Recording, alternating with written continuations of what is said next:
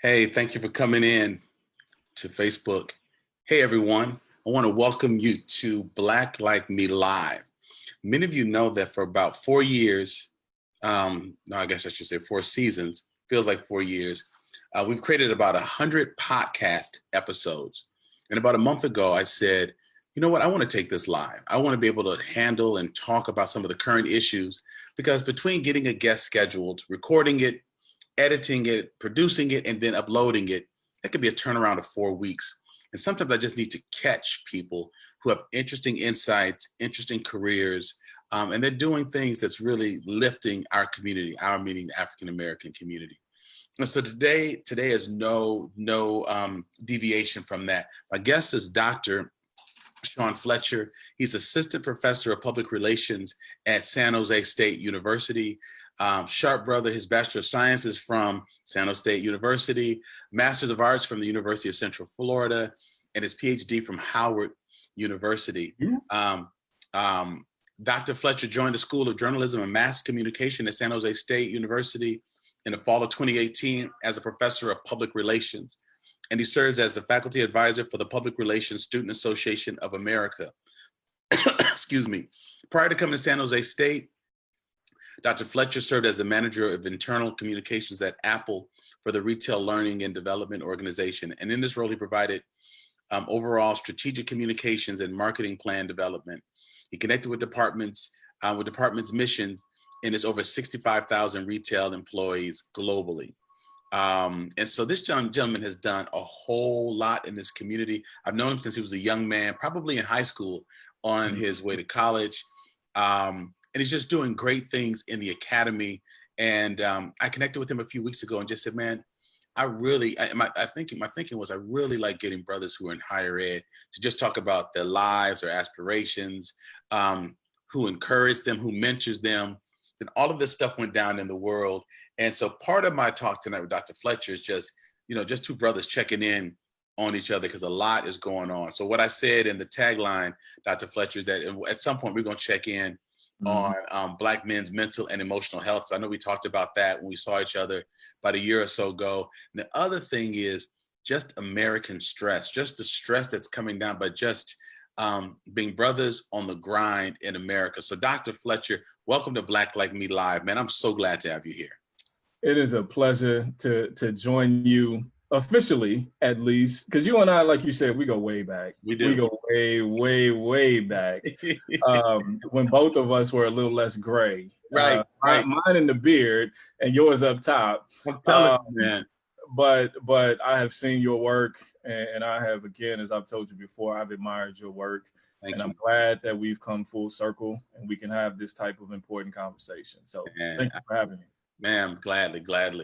When I do the podcast, I have Black icebreakers, but I want the live to have its own twist. And so I asked my Black guest this question.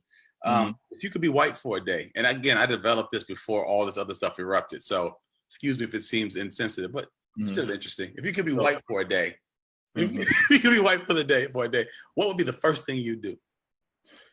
The first thing I would do if I could be white for a day. You know what? I've spent so much of the last couple of weeks asking people if they could be Black for a day, would they take it? So you flipped it on me. Would you take it? Would you take it? If I could be white for a day, the sociologist in me would say yes, because I want to see how people would treat me. I want to see how people would treat me. I want to be able to, if you're telling me that I could come back. Yeah, you can come back. Black again? No, I'm not going to get you whiteness. No, I wouldn't do that to you, brother. So it expires.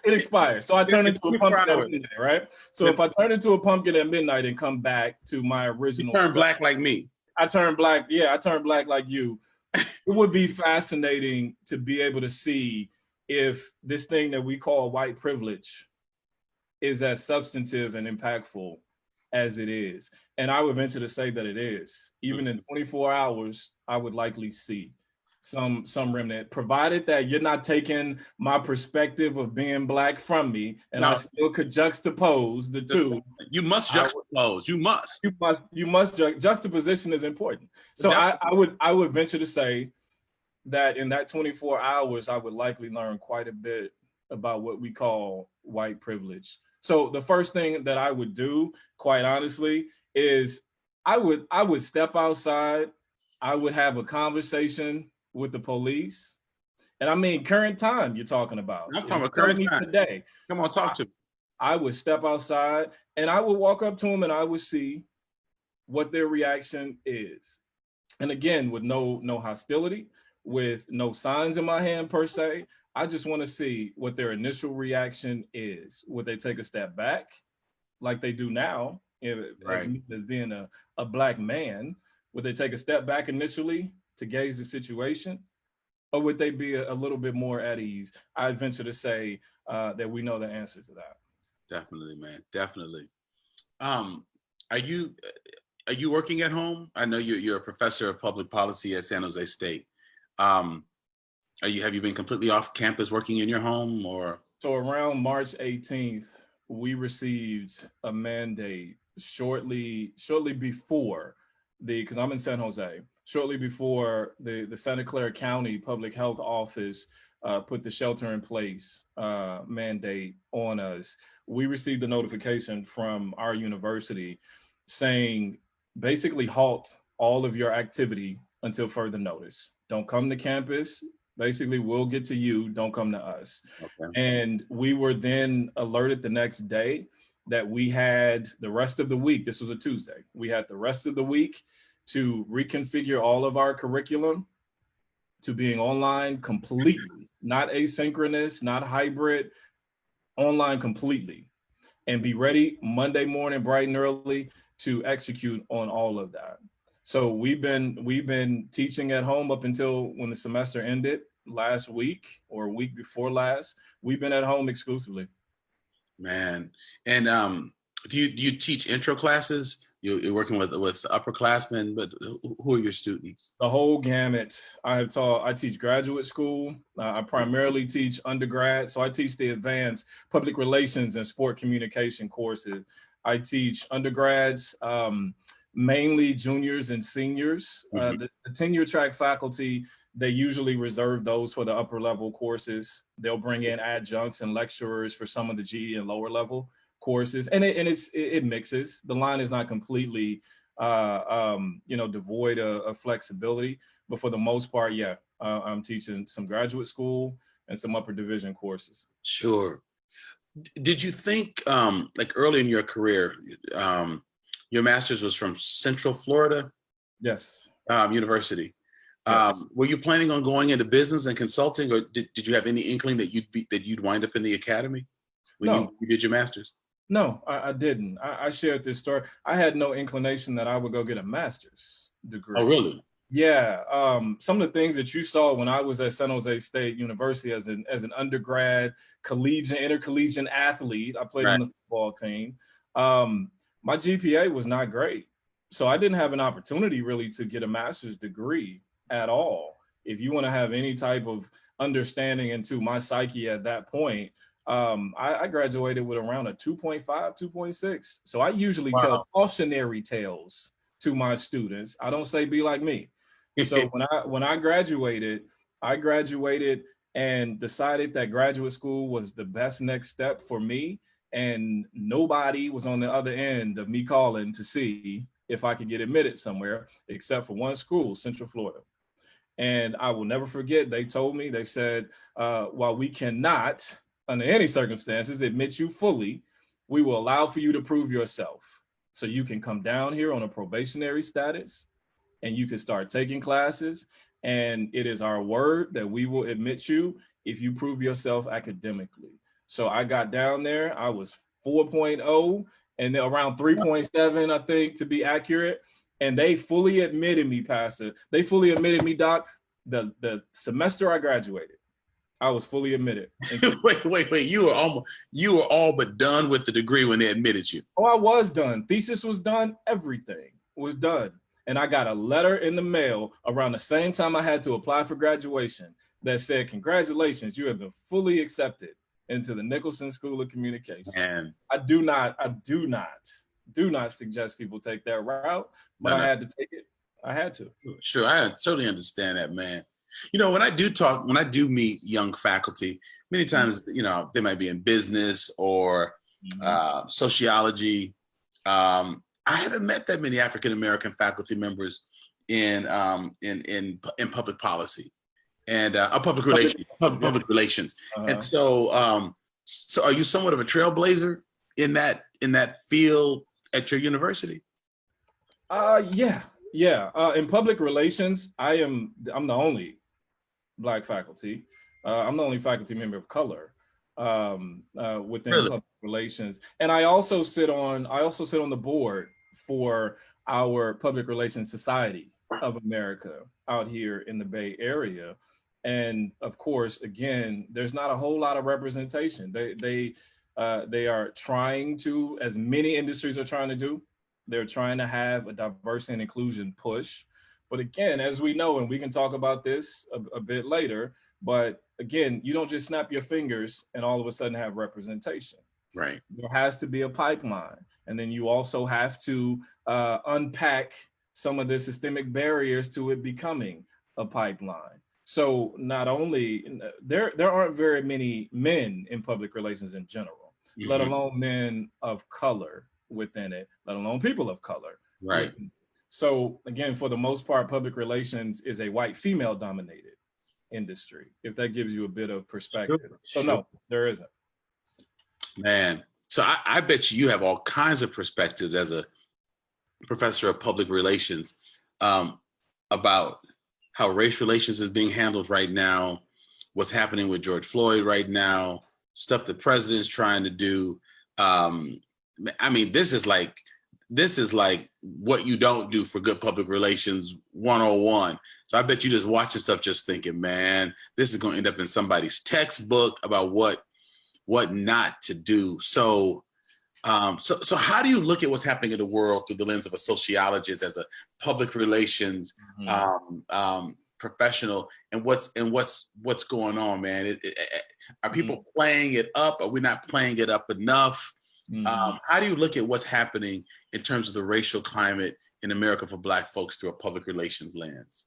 Well, first of all, I have to approach it through the identity lens, meaning I'm a Black man who does public relations, and then I'm a Black man who now teaches public relations. So it's difficult to divorce those two when I'm looking at what's going on right now. So now trying to bring those two together, when I look at what's going on right now in the world, just go to some easy examples, Doc. When you look and see what happened at Lafayette Park the other day, when those peaceful protesters were met by tear gas and met by militarized armed personnel, simply so the president could walk across the street to take a photo op. Now, photo ops, that's what I do in PR. Right. I get that. So, but also understand that it was, and many cast it as a made for TV moment. I knew exactly what he was doing when I started to see it unfold. I knew why the press conference was delayed, because I would have delayed something that I'm waiting for the perfect condition to amplify my message. I would in PR, you wait for the perfect environment that's going to undergird your overall message. So I knew what he was doing. I told my wife, I said, it's purposeful that he's delaying this press conference. And I'm looking at CNN and MSNBC saying, I don't know why it's delayed. I knew why it was delayed. He was waiting for something.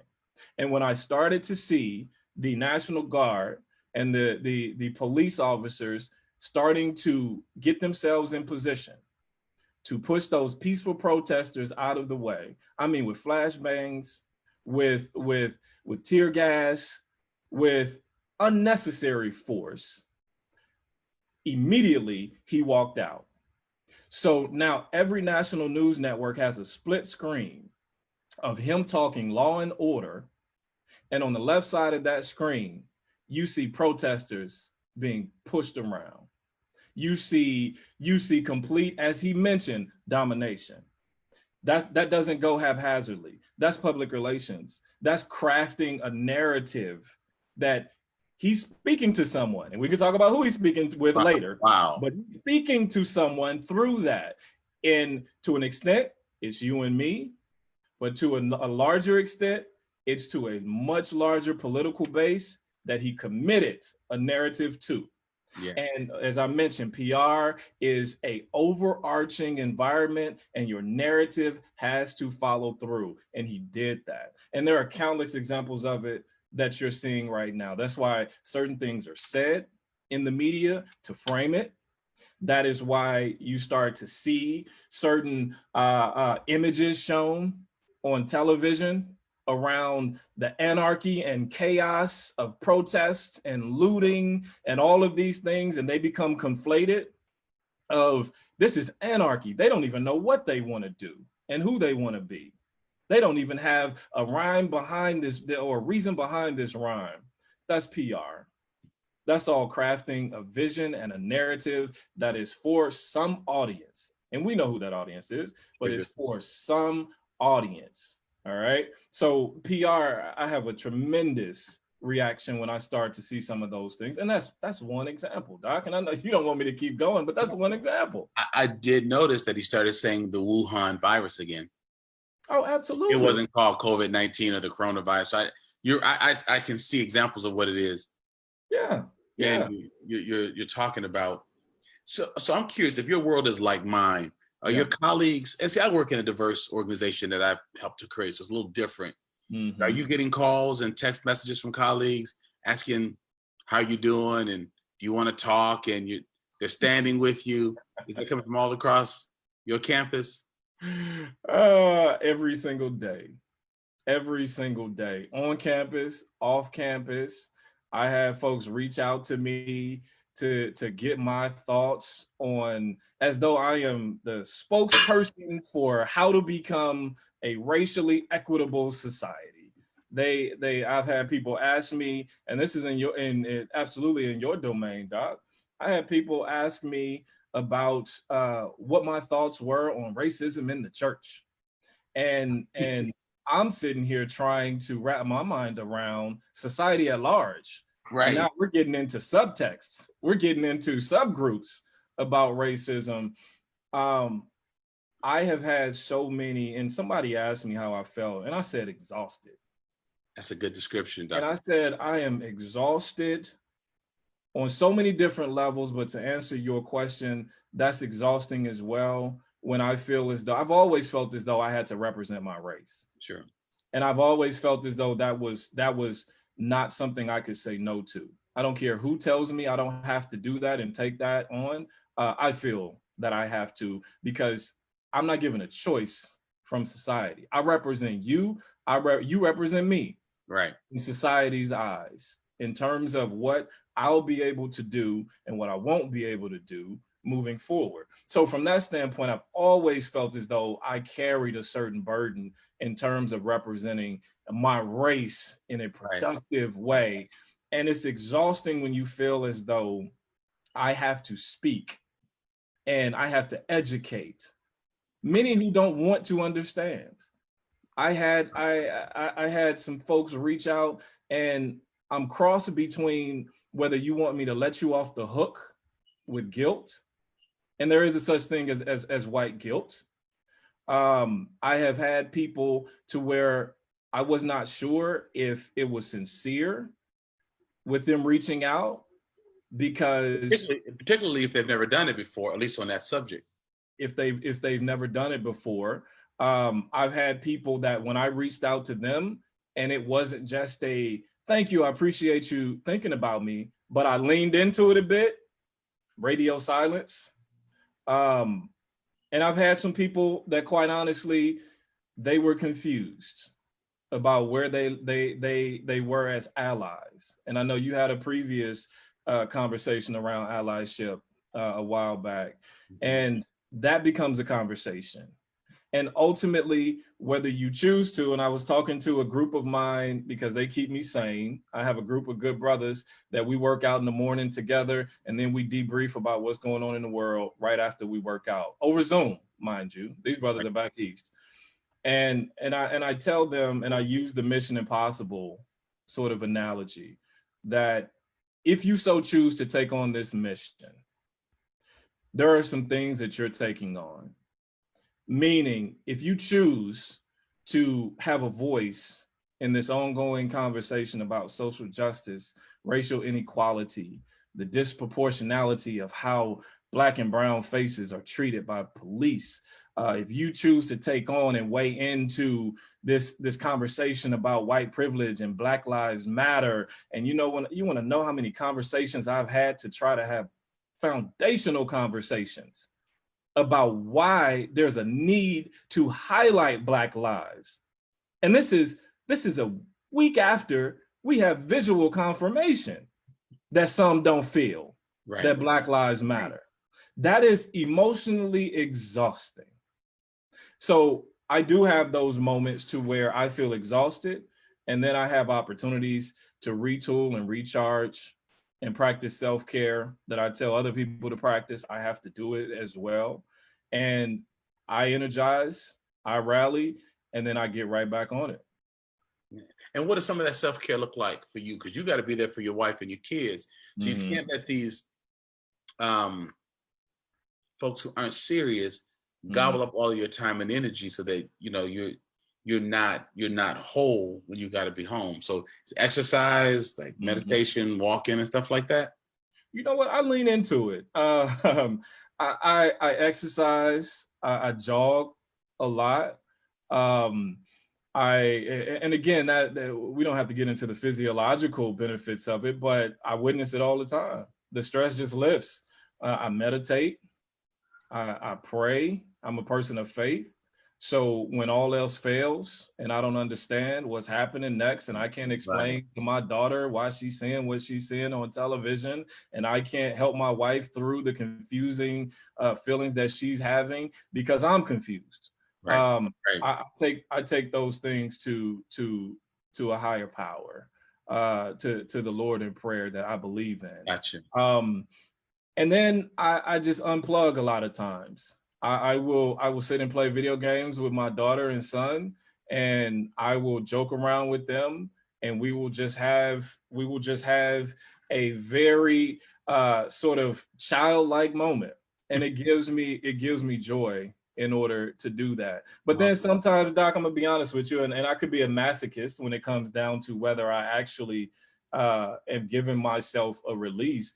But man, I lean into some of the greats, some of the giants within social activism. Like I've been really heavy on James Baldwin over the last couple of years, and Nikki Giovanni, and some of their writings, and some of their, and it's empowering. It's empowering. It is. And I had a conversation with both of my parents last week. We talked collectively, I talked with them for 3 straight days, over 24 hours, because I was recording a conversation about their lives. And that was cathartic. That was cathartic for me, because I heard some of the things that they dealt with in terms of racism and inequality in St. Louis, Missouri, growing up in the 50s and the 60s, and the talents that they had, that it was not a choice whether they could go pursue some of the things that I was able to pursue. So that gives me optimism for myself as well as my children, that there has been some progress, even though we feel in this current moment that there is not, because I see the opportunities that generation provided for us. And while it may be slow, it does bring me optimism that we're moving slowly but surely.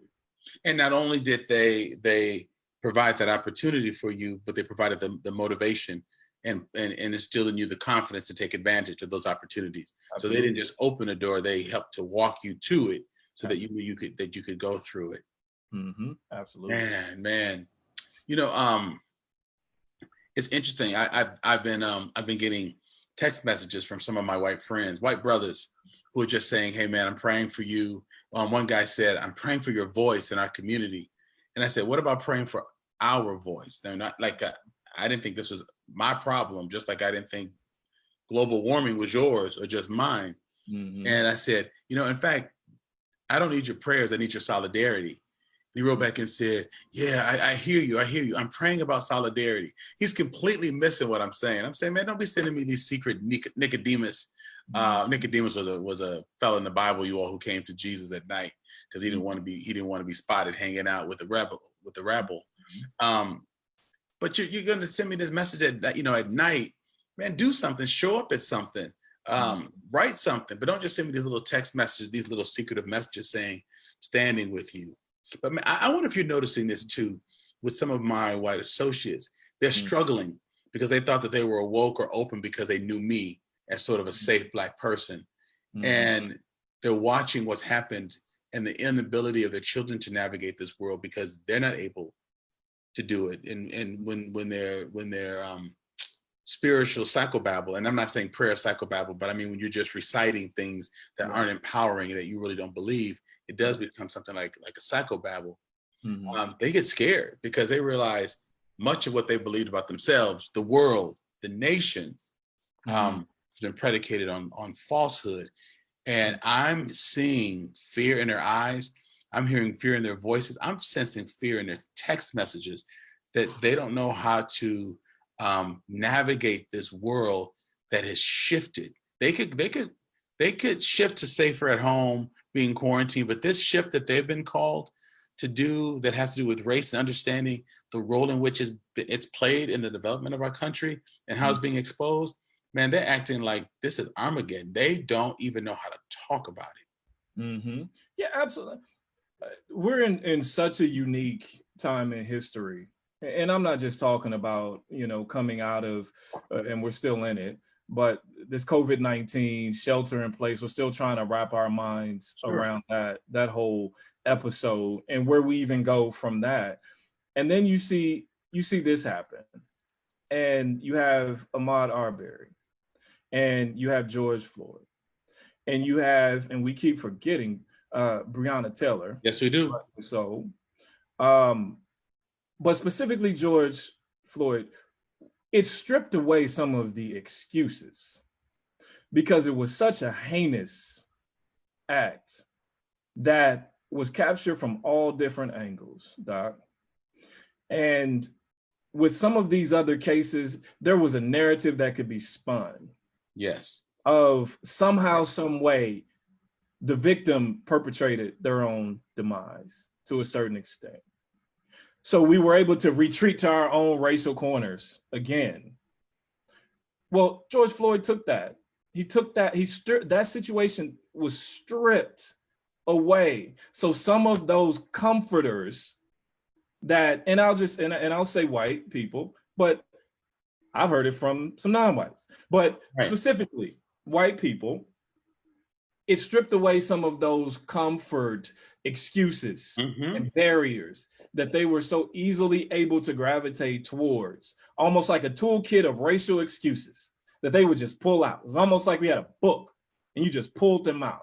Ahmaud Arbery shouldn't have been doing this. And he was going into a vacant home and they called the police and this was justice served. And Trayvon Martin, he shouldn't have done this. And Breonna Taylor, to a certain extent, she shouldn't have done that, and so on and so forth. And Eric Gardner, he shouldn't have done this. He shouldn't have been selling cigarettes. He shouldn't have been selling cigarettes. He shouldn't have been bird watching in Central Park, as absurd as that sounds. Right. You stripped away a lot of that when you saw nearly 9 minutes of a total disregard for humanity. Yes. And no one can justify that. So now you have to turn around and face the world without those excuses, with them stripped away from you. That's good. So now we're standing here like we've been standing here the entire time, Doc. Saying we've been saying this the entire time, but the only thing that was stripped away were your excuses. So who you gonna blame this time? So now you start to purge, because you purged some of those excuses. Now there's a scramble. Right. Because there are those who just don't want to be on the right side of history. So those are the ones that are on my Facebook feed, just deflecting. But how about this? How about that? How about the injured officers doing these riots? How about you burning down your own communities? How about this? How about that? All to escape the current and present situation. Right. And if you follow sports, Drew Brees ran into that same situation. He walked it back, didn't he? He walked it back like Michael Jackson. And when you look up and you say, get that. When you I knew you get it. When you look up and you say, what's at the core of this? Some people just do not want to understand. And again, I mentioned to you, I've been really heavy into James Baldwin the last couple of years, and it's so prophetic now, even more so than it was before. Yeah. But he has a quote that basically says, it's a lot easier for people to cry than to change. And wow. And when I overlay that with current circumstances and some of the people that I see reacting and reaching out to me, and a lot of it is hollow speak. A lot of it is a lot of build up without any follow through. So when I think back to your original question, where does this leave them? You have to be in one of those groups. Yeah. And not many want to be on the wrong side of history. Right. All right. However, just like you said with your counterpart that reached out to you, not many want to be that in the open. They want to send you a text. Right. They want to send you a private message. They want to send you something that doesn't put them in harm's way with their peers or whomever. That's right. They're pretending this sort of falsehood with. So I think it's such a fascinating sociological conversation when you talk about a generation of people, multiple generations of white people who have had countless excuses to justify the original sins of this nation. I mean, think about it, Doc. We had slavery was on this land before we had a government formed. Right.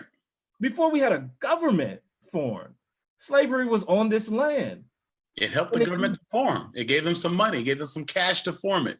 And how in your right mind are you able to ignore that for all these years, the systemic and socio-political and socio-economic ramifications that it has to that group that was enslaved?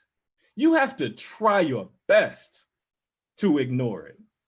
So now with this George Floyd situation, that's been stripped away, and you're seeing people scramble right there in their face. And I'm not going to be the one to give you another excuse.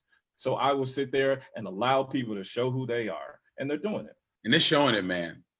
They're showing who they are.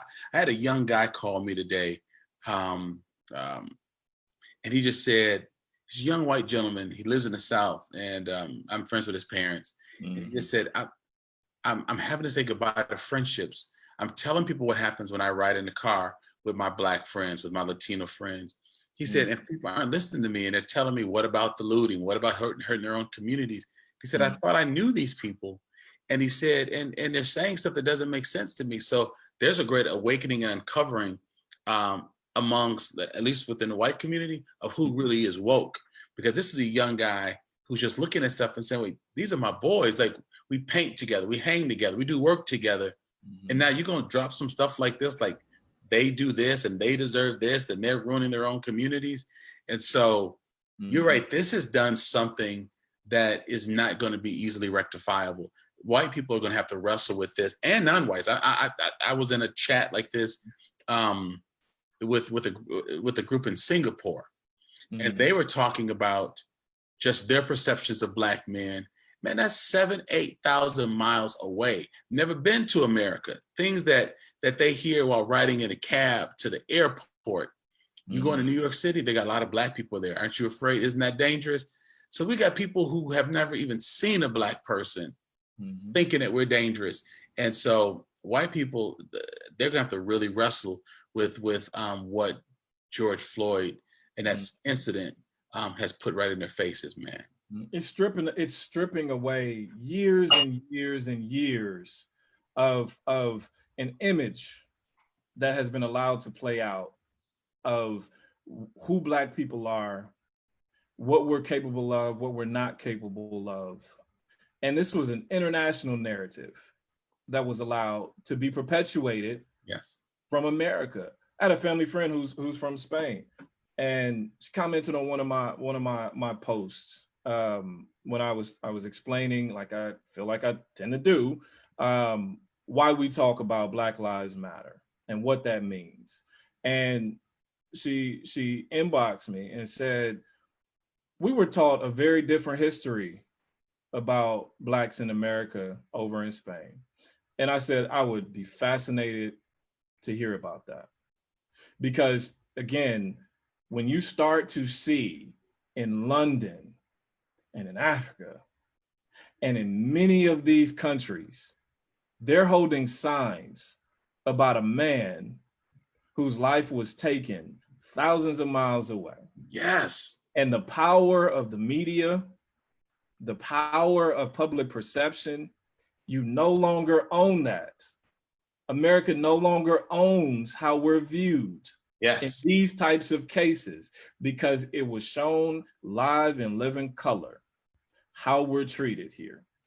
We have a PR issue. Oh, you can't spin it. You can't spin that. You cannot spin that at all. So again, and I saw the other day, Man. Unfortunately, when George Floyd's daughter, she was on the shoulders of Steven Jackson, his friend, the NBA player. Right. And the video basically had both of them saying that her daddy changed the world. And to a large extent, that is very true.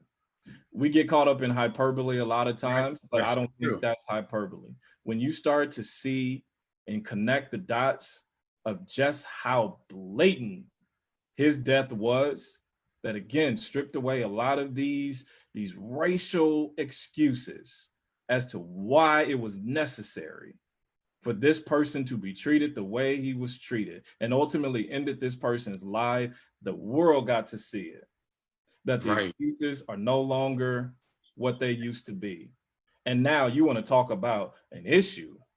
You want to talk about a national problem for this whole systemic, inequitable system that has been perpetuated and hedged. That's a significant issue now. I just pray that it continues to play out in a productive way that leads to some substantive change. That's my hope. I mean, I've been asked to step into some of these places where people have they have these communities, these online communities where it's social innovators, athletes, business leaders, and they're just trying to process life.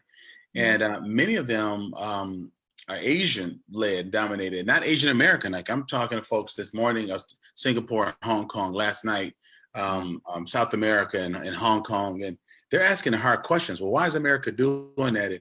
When can you put your history class online? And we want to learn more about history. When I started dropping information about how, because of the work of the Civil Rights Movement, the Immigration and Naturalization Act of 1965 was signed into order by LBJ so that people from Asia could come here, bring money, bring their family, and not be broken up.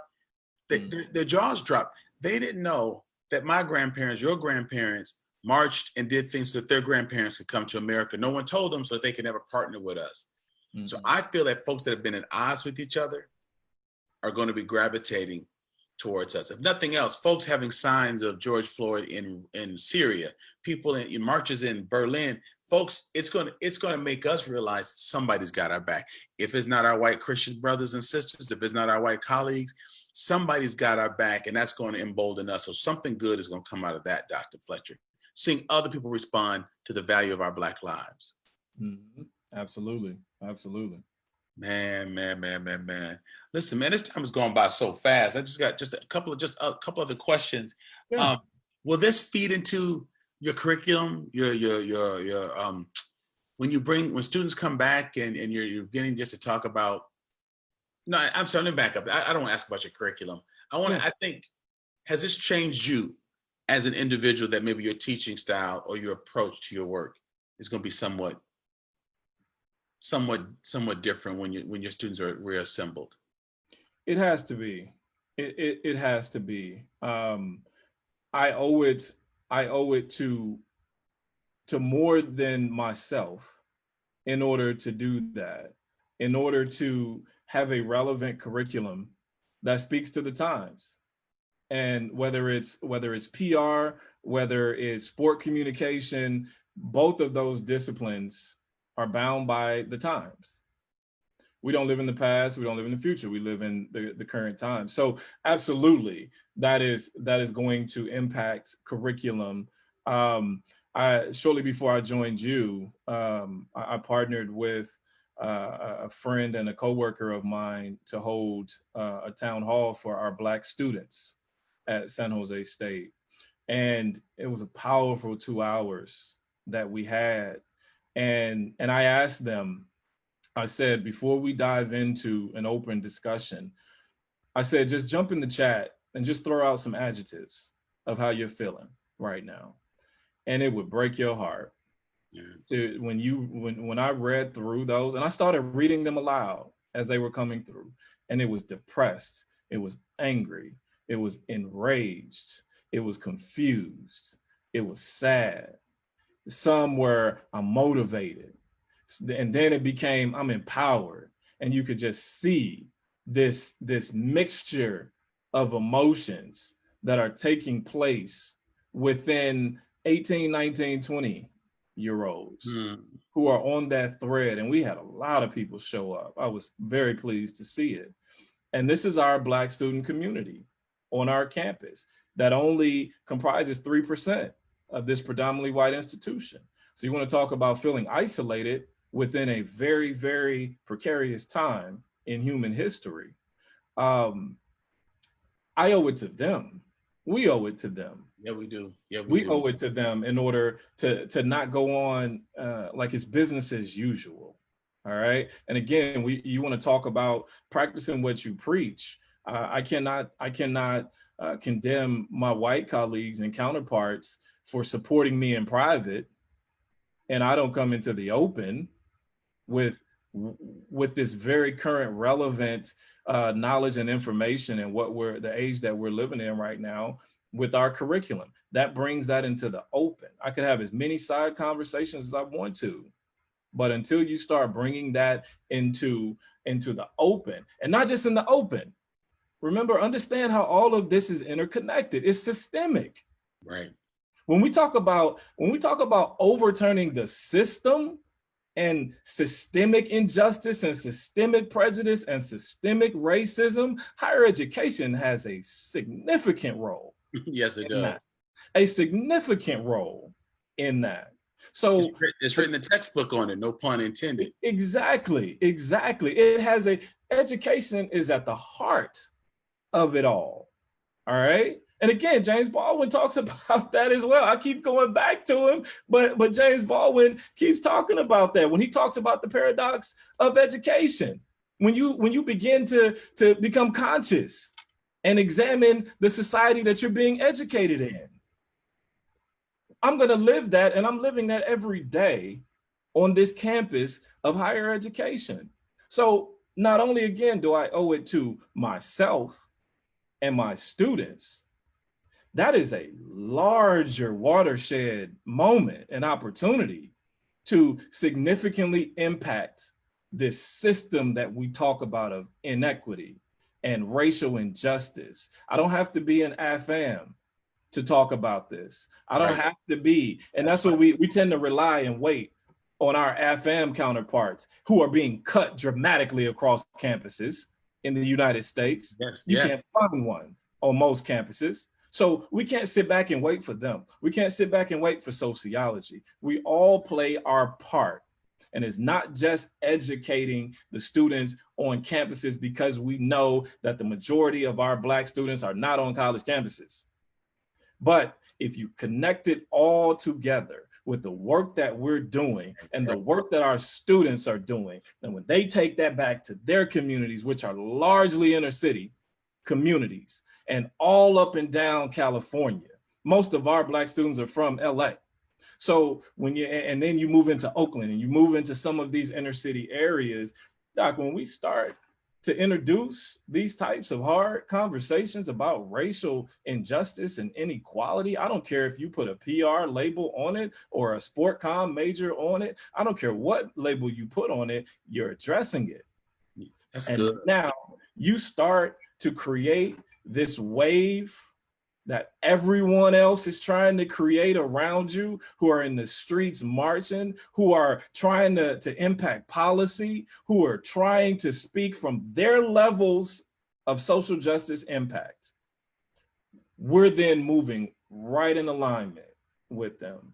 And when we start moving in alignment with each other from those different levels, there's no telling the power that we can possess to enact change. It gives me goosebumps thinking about it. Man, I needed to hear some encouragement tonight. I needed to hear someone reinforcing the belief in the fact that we can be a part of creating and demanding systemic change. Man, that's powerful. Man, that is powerful. Do you have a podcast? I am going to, if you see this beautiful mic here. It is. I can tell you need one. You need one. I'm actually working on a podcast now. It's going to really touch on the intersection of sport and society, and we'll be able to unpack some of these issues here. So again, I'm the type that I measure twice and cut once. So hopefully I'll be able to launch it in the next month or so. So you can have me back on and we can talk about that. I would love to. Anything I can do to help you push it and promote it. And I will say, people are listening to us. They're finding this as a source of information and education. I broke my download record 3 times this week because white folks are just hitting this up. Wow. It's quadrupled since Monday. It's quadrupled. I haven't even seen the count. But by noon today, we beat what had previously been my record. And so folks are looking, and you just got a really clear and powerful voice, man. So listen, I really appreciate your time. I try to keep these just like, so it doesn't get too long, so people who are watching us on Facebook can stay with us. Dr. Fletcher, I appreciate you, man. I always have. But I really appreciate your mind, your commitment, the pride you have in being a person of faith, a Black man, your family, the academy. I like the way that you hold those things together while not losing yourself, but still you make it a point to talk about the need for men to take care of themselves, to address issues like mental stress, mental health issues. I like the fact that you bring all of those pieces in, that you're an athlete.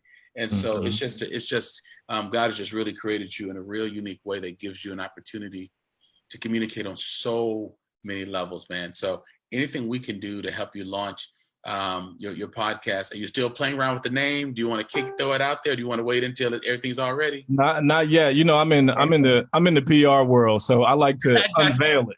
I like to unveil it. Yeah. So hang tight. I'll start to send communication out there. Folks can go to my website, ShaunJFletcher.com, and I'll continue to update what I'm doing there. But again, I just want to take a moment to thank you.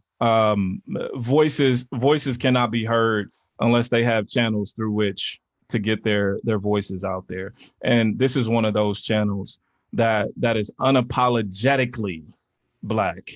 And we don't have enough of those. And especially in this current time, we do need more of those. And I just want to take a moment to acknowledge that I appreciate it. So you continue to fight the good fight as well. Man, I will. And please give my love to your wife and to your children, and keep taking care of yourself. And I saw a great picture of you and your mom dancing back. Must have been Throwback Thursday or something. You're going to make me cry. Okay, let's stop. But you're going to make me cry. And I can read between the lines of the post. I just thought, that's good.